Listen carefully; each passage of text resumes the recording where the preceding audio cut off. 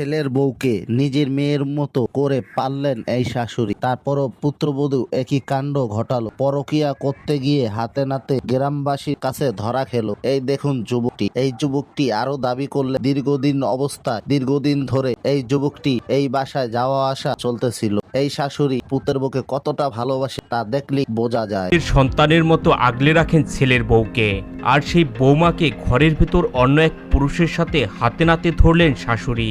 তারপর পুরো বাড়ি কেঁপে ওঠে এক বুকফাটা আর্তনাদে।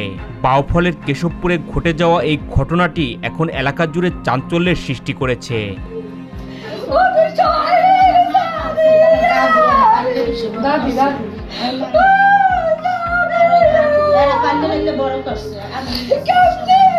তো ভালো শাশুড়ি পেয়ে ধরে রাখতে পারলো না এই গৃহবধূ। তারপরে দেখুন কি কাণ্ড ঘটালো। এখন লোক সমাজে কিভাবে মুখ দেখাবে এই শাশুড়ি বা এই মেয়ে। এখন আপনারা বলেন, এত সুন্দর সংসার থাকতে যে নারী পরকিয়া করে তার পরিণাম কি হয়? এই গৃহবধূ তার স্বামী বাহিরে থাকে। এই ঘটনা ঘটেছে বরিশাল পাউফুল থানায়।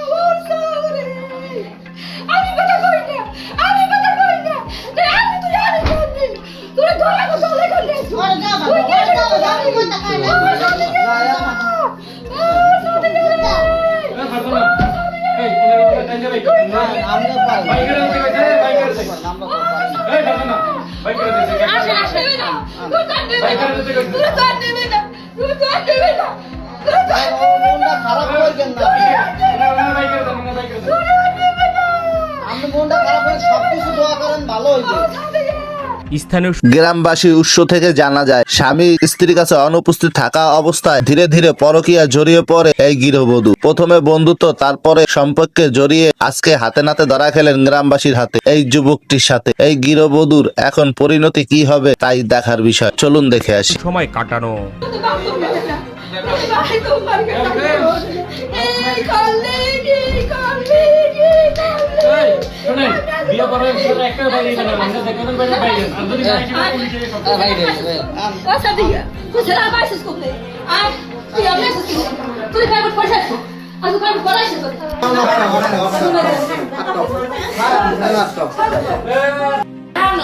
এই মেয়েটার যে ড্রাইভার আমের যে শাশুড়ি আমের মা এখন যে পলিটিক্যাল দেখতে আসি আমরা যে মেয়ে দিব আমরা একটা ফাইসে যাই না আব্বাই কলা কাটতে। কথাই আছে, চোরের 10 দিন গেরেস্তের একদিন। এখন এই যুবকটির সাথে বিয়ে করিয়ে দিবে এলাকাবাসী। এখন শাশুড়ি বাধা হয়ে দাঁড়ালো এই গৃহবধূ পক্ষ নিয়ে। দেখুন এই গৃহবধূকে কতটা ভালোবাসতো এই শাশুড়ি, তা বলার ভাষা রাখে না। দেখুন ছেলেটা বক্তব্যটা শুনে আসি। ছোট যে দৃশ্য সামনে আসে তার জন্য কেউই প্রস্তুত ছিল না।